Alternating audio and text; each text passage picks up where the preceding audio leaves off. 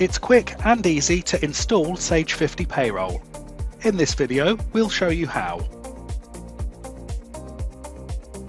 Before you begin, make sure that you're logged onto your computer as an administrator and that you've downloaded the installation file from our website. To start the installation, double-click the installation file.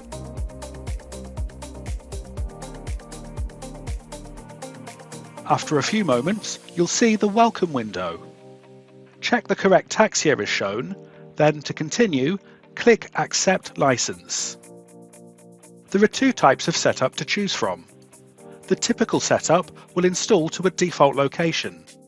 To install to a specific location, choose Custom. To continue, click Next. The installation settings are shown here.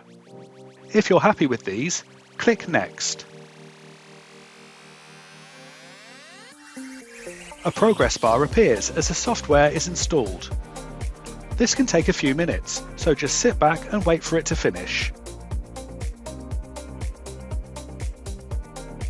When the installation's complete, you'll see this message. To close the message, click OK. You've now installed Sage 50 Payroll, and you're ready to set up your company.